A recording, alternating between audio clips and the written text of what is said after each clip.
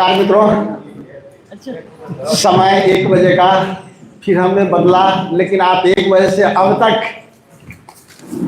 हमारे नेत्री प्रखर वक्ता,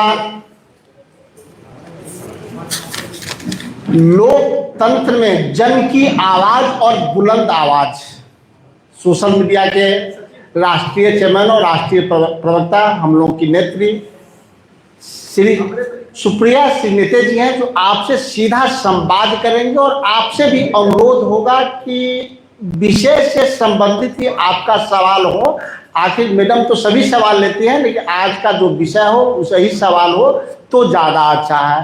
मंच पे हैं अखिल भारतीय कांग्रेस कमेटी के सचिव और पूर्व विधायिका, पार्टी के प्रवक्ता भी बिहार में रहे हैं, पूनम पासवान जी, महिला कांग्रेस के अध्यक्षा डॉक्टर सरबत जहां फातिमा जी, पार्टी के वरिष्ठ नेता मोतीलाल शर्मा जी, डॉक्टर मधुबाला जी जो हम लोग साथ पार्टी में काम कर रहे हैं, रिसर्च से लेकर मीडिया तक। हम लोग के साथ पिछले बार भी आप देखे होंगे अभय दुबे जी के साथ यहाँ 3 और सहयोगी सह कोऑर्डिनेटर बनाए गए हैं। आदरणीय प्रकाश मीना जी हैं, सोशल मीडिया के बिहार के अध्यक्ष सौरभ सिन्हा जी हैं, ब्रजेश मुन्नन जी हैं, सेनाशीष वर्धन पांडे जी हैं, ये तमाम साथी हैं। लेकिन आपसे बिना समय लिए मैं अपने नेत्री से अनुरोध करूंगा कि सीधा संवाद आपसे करें।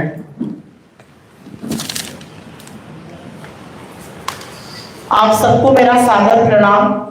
आने में विलंब हुआ उसके लिए हाथ जोड़ के क्षमा प्रार्थी हूँ, कुछ अनअवॉइडेबल रीजन था। सम्मानित मंच, मीडिया और सोशल मीडिया के हमारे साथी, हमारी महिला नेत्री, हमारी एआईसीसी के पदाधिकारी, बिहार में क्रांति होने को है, ये बार बार कहा जा रहा है। पर ऐसा क्यों कहा जा रहा है? क्योंकि बिहार के युवा ने और बिहार की महिला ने इस बार मन बना लिया है और कांग्रेस किसी भी चुनाव से पहले कुछ वादे करती है और उन वादों को पूरा करती है। कांग्रेस के वादे हैं किसी के जुमले नहीं, और इसलिए हम अपने वादों को पूरा करते हैं। कांग्रेस ने बिहार की महिलाओं से, बिहार की बेटियों से, बिहार की मांओं से एक वादा किया है, हमारी सरकार बनेगी तो हम माई बहन योजना लागू करेंगे, जिसके अंतर्गत 2500 रुपए प्रति महीना पात्र महिलाओं के खाते में डायरेक्ट जाएगा। बहुत सारे लोग कहेंगे ये करने की क्या आवश्यकता है, और इसके बारे में हम सिर्फ आज पटना में ही नहीं, तमाम जिलों में हमारी एआईसीसी की नेत्रियां, हमारी लोकल नेता नेत्रियां इस पर चर्चा कर रहे हैं। बहुत सारे लोग कहेंगे इसकी क्या जरूरत है, 2500 रुपए क्यों देने हैं पात्र महिलाओं, क्या इससे महिलाएं सुरक्षित हो जाएंगी? जी हां, जितना महिलाएं सशक्त होंगी, जितनी महिलाएं आर्थिक रूप से स्वतंत्र होंगी, उतनी ज्यादा महिलाएं सुरक्षित और सशक्त होंगी। और ये हमारा कहना नहीं है, ये सोशियोलॉजिकल पैरामीटर है, ये सामाजिक बेसिक ज्ञान है। औरत के हाथ में पैसा आता है तो औरत सिनेमा नहीं देखती, औरत जुआ नहीं खेलती। औरत के हाथ में पैसा आता है तो औरत अपने परिवार के संरक्षण के लिए, परिवार के बेहतर स्वास्थ्य के लिए, बेहतर शिक्षा पर खर्चा करती है। औरत के हाथ में अगर जरा सा भी अतिरिक्त पैसा आता है तो उसको लगता है अपने बच्चे को ज्यादा बेहतर कैसे पढ़ाऊं, रोटी तरकारी के साथ दाल कैसे खिलाऊं। ये औरत के जननी होने का स्वरूप है। औरत के हाथ में पैसा आएगा, उससे परिवार की बढ़ोतरी भी होगी, बेहतरी भी होगी, और ये हमारा मानना है। ये हमने अपने तमामों राज्यों में करके दिखाया है और अभी उस पर चर्चा करती हूं। तो हमने वादा कर दिया है, सरकार बनेगी, 2500 रुपए पात्र महिलाओं के खाते में हमारी सरकार डालेगी, जिससे बिहार की महिलाएं आर्थिक रूप से सशक्त और सुरक्षित दोनों होंगी। अब आप पूछिएगा कि ऐसे तो बहुत वादे करते हैं लोग, लेकिन हमारे वादों में, हमारी गारंटी में और दूसरों के खोखले दावों में अंतर है। मैं आपको बताती हूं कांग्रेस का ब्यौरा महिला सशक्तिकरण के लिए। दिल्ली में हमारी सरकार थी, हमारी बेहद लोकप्रिय मुख्यमंत्री स्वर्गीय शीला दीक्षित जी। 2008 में उन्होंने लाडली योजना शुरू करी थी, जिसके तहत बच्ची की पैदाइश पर उसे 36,000 रुपए मिल जाते थे, और जब वो कक्षा 1 से 12 की पढ़ाई करती थी तो 25,000 रुपए उसे मिलते थे। जब वो 12वीं में पहुंच जाती थी तो 1 लाख रुपए उसके खाते में आ जाते थे।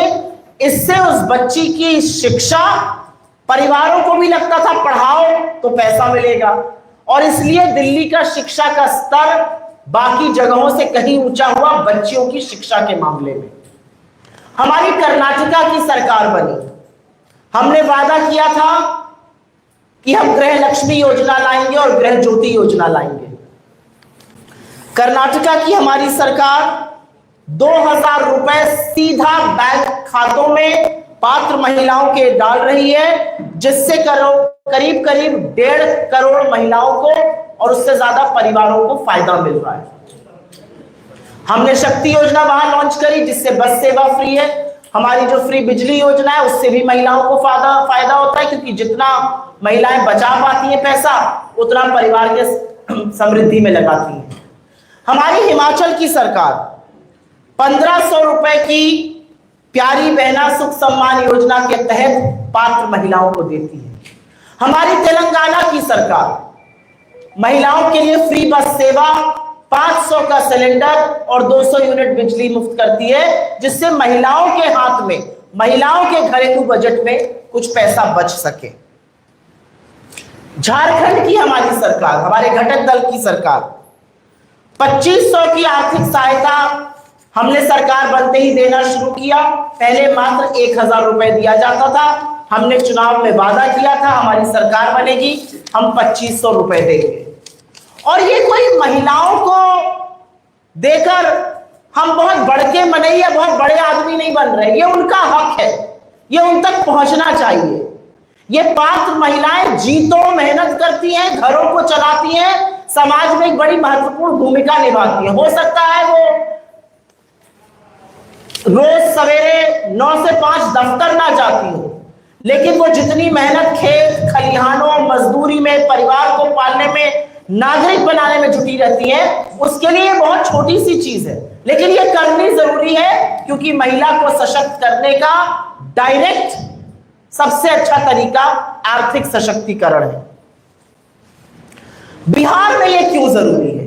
अब सवाल होगा कि ठीक है, आपने कर्नाटका में किया, आपने झारखंड में किया, आपने दिल्ली में किया था, आप तेलंगाना में कुछ कर रहे हैं, आप हिमाचल में कुछ कर रहे हैं, बिहार में क्यों जरूरत है? बिहार में इसलिए जरूरत है क्योंकि जो जातीय सर्वेक्षण यहां पे छपा था, उसमें कुछ बहुत जरूरी तथ्य सामने आए, और वो बिहार की आर्थिक बदहाली दिखाते हैं। वो दिखाते हैं कि महिलाएं उस आर्थिक तंगी से किस कदर जूझ रही है। असलियत यह है कि करीब करीब 94.5 लाख परिवार 6,000 रुपए से कम पर मासिक गुजर बसर करने को मजबूर है।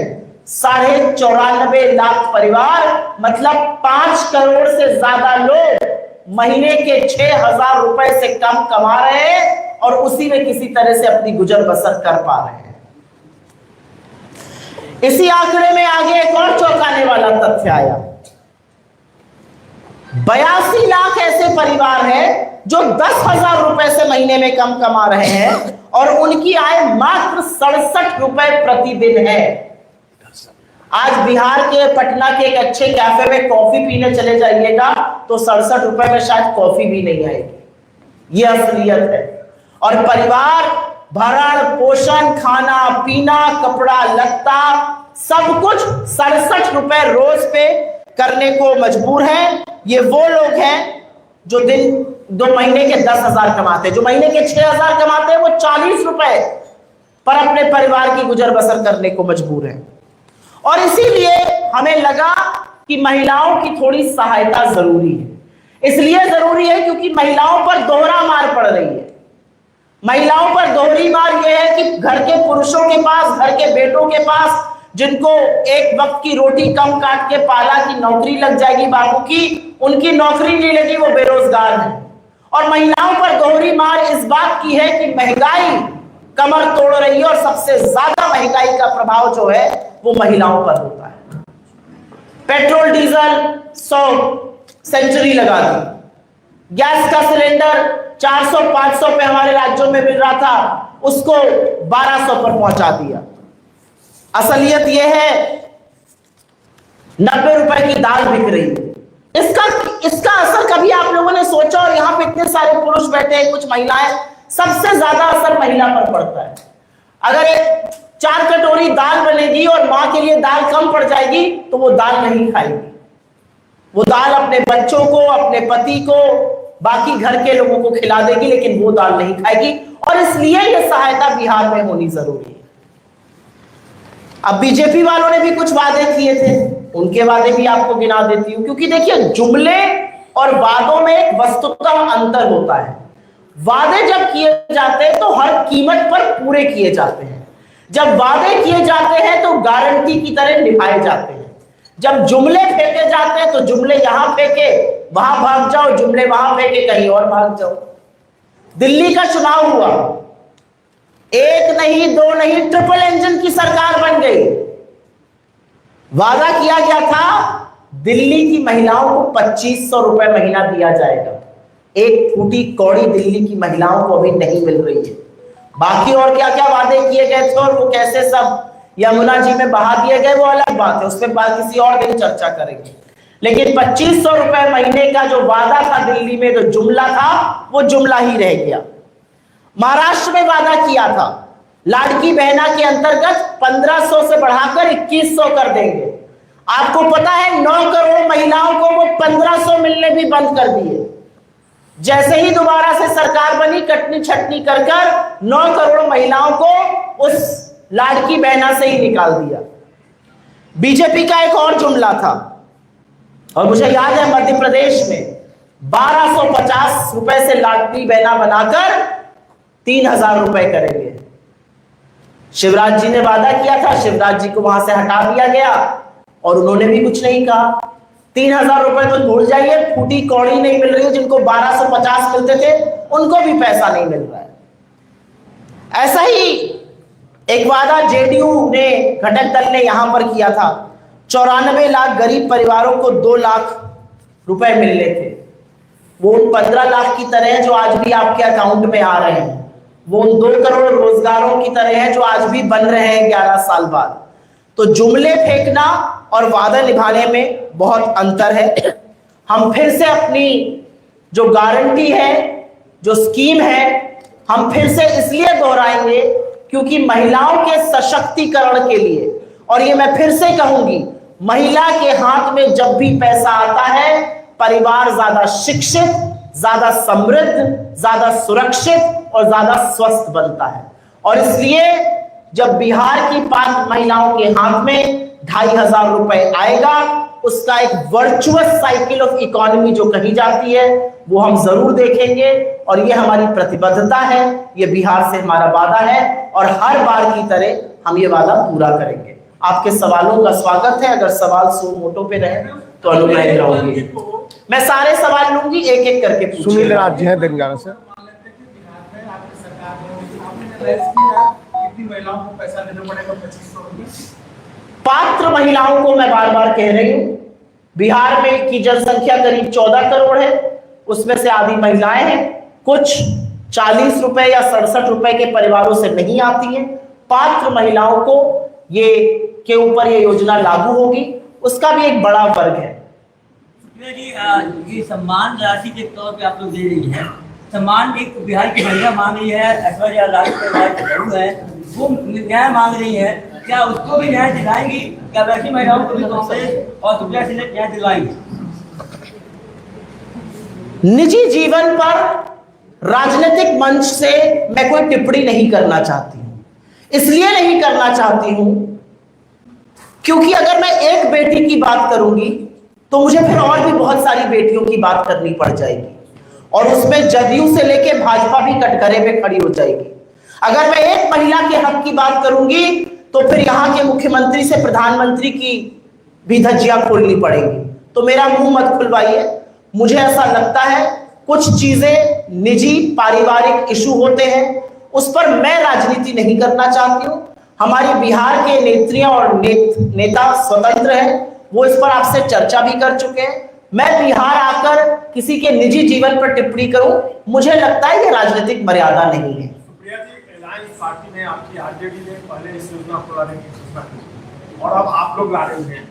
एक कोऑर्डिनेशन कमेटी भी आपने बना रखा है, उसके बावजूद अलग अलग क्यों? आप अलग अलग क्या बात है? ये तो अच्छी बात है। पहले हमारे घटक दल ने कहा, वही बात हम कह रहे हैं। हम दोनों एक दूसरे की बात कर रहे हैं, एक दूसरे की बात को बढ़ा रहे हैं। हमने ये तो नहीं कहा कि उन्होंने कहा तो हम ऐसी योजना, हम तो, उन्होंने ये योजना अनाउंस करी, हमने भी ये योजना अनाउंस करी। ये आपकी, हमारे गठबंधन की प्रतिबद्धता को दिखाता है कि हम कितने सेम पेज पर हैं। अब हम एक थान के कटे हुए कपड़े तो है नहीं कि वो जैसे जिस दिन वो बोल रहे हैं उसी दिन हम बोलेंगे। उन्होंने अनाउंस करी, हमें, हमारा भी मन था ये करने का, हमने भी अनाउंस करी। बिहार की महिलाओं को ये खुशी होनी चाहिए कि एक घटक दल ऐसा है जहां पर दोनों घटक, एक गठबंधन ऐसा है जहां पर दोनों घटक दल सेम बात कर रहे हैं, हमारे हित की बात कर रहे हैं, हमारे सम्मान की बात कर रहे हैं। दूसरी तरफ एक घटक दल है जहां पर मुख्यमंत्री की धज्जियां उनके घटक दल वाले ज्यादा उड़ा रहे हैं, जहां पर आपसी मुठभेड़ की और आपसी मनमुटाव की खबरें इतनी ज्यादा हैं कि हमारे यहां उसको सिरफुटौल कहा जाता है। तो हमारा गठबंधन तो एक ही तरह की बात कर रहा है। भाजपा इस पर आरोप लगा रही है कि क्रेडिट लेने की होड़ है। किस चीज पर? अरे आरजेडी ने किया, अब आप कर रही है। हम तो घटक दल है, हम तो एक साथ चुनाव लड़ेंगे, तो हम एक दूसरे को भी क्रेडिट देंगे और क्रेडिट लेंगे भी। भाजपा के पास आज बिहार में कोई मुद्दा नहीं है, ना कोई चेहरा है, ना कोई मुद्दा है।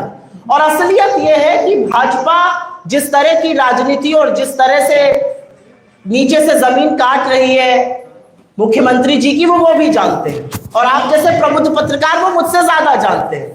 तो भाजपा के लोग क्या कह रहे हैं और क्या करना चाह रहे हैं, आप मुझसे बेहतर समझते और जानते हैं। क्यों मेरे मुंह से वो कहलवाना चाहते हैं जिस पर आप लोग प्रेस क्लब में खूब चर्चा करते हैं। मोदी आ रहे बिहार, लगातार उनका दौरा जारी है और भी आने देता है, तो ऐसे में क्या लगता है कि क्या विधानसभा चुनाव में ऐसा जाने का उनका यहाँ पे आना? नहीं, मोदी जी विधानसभा चुनाव में काफी जगह गए थे, कर्नाटका भी गए थे, हिमाचल को तो अपना दूसरा घर बताते थे। मोदी जी तेलंगाना भी गए थे, मोदी जी झारखंड भी आए थे, मोदी जी जम्मू कश्मीर भी गए थे।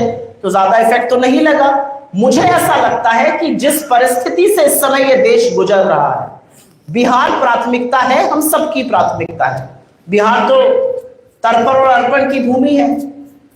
क्या मोदी जी कुछ वक्त जो देश में हो रहा है उस पर केंद्रित नहीं कर सकते हैं? आपको नहीं लगता कि बजाय बिहार आने के मोदी जी को शायद सर्वदलीय बैठक में जाना चाहिए था?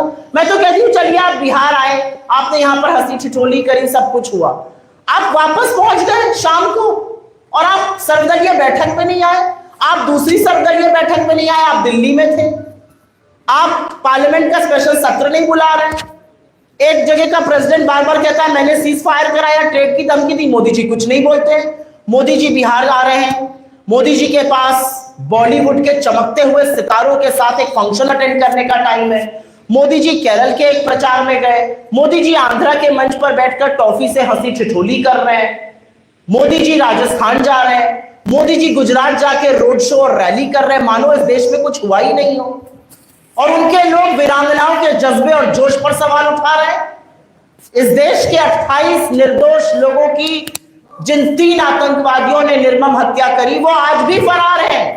और अब रिपोर्टें आ रही है कि उन्होंने 3 और ऐसे कांड किए थे, पुंछ में किए थे, गंदेरबल में किए थे, कई जगहों पर किए थे। तो मोदी जी की प्राथमिकता क्या है, ये देश जानना चाहता है। सुप्रिया जी, जिस तरीके से आप लोग मान योजना की बात कर रही है, लेकिन नीतीश कुमार जब आप लोग के साथ विशेष राजनीतिक दर्जे की बात होती थी, क्या विशेष राजनीतिक दर्जे की आप लोग साथ है कि पूरा होना चाहिए, जिससे इसको भी जरूरत नहीं पड़े? देखिए, 20 साल से मुख्यमंत्री आप हैं, आपने कई बार इस मुद्दे को उठाया।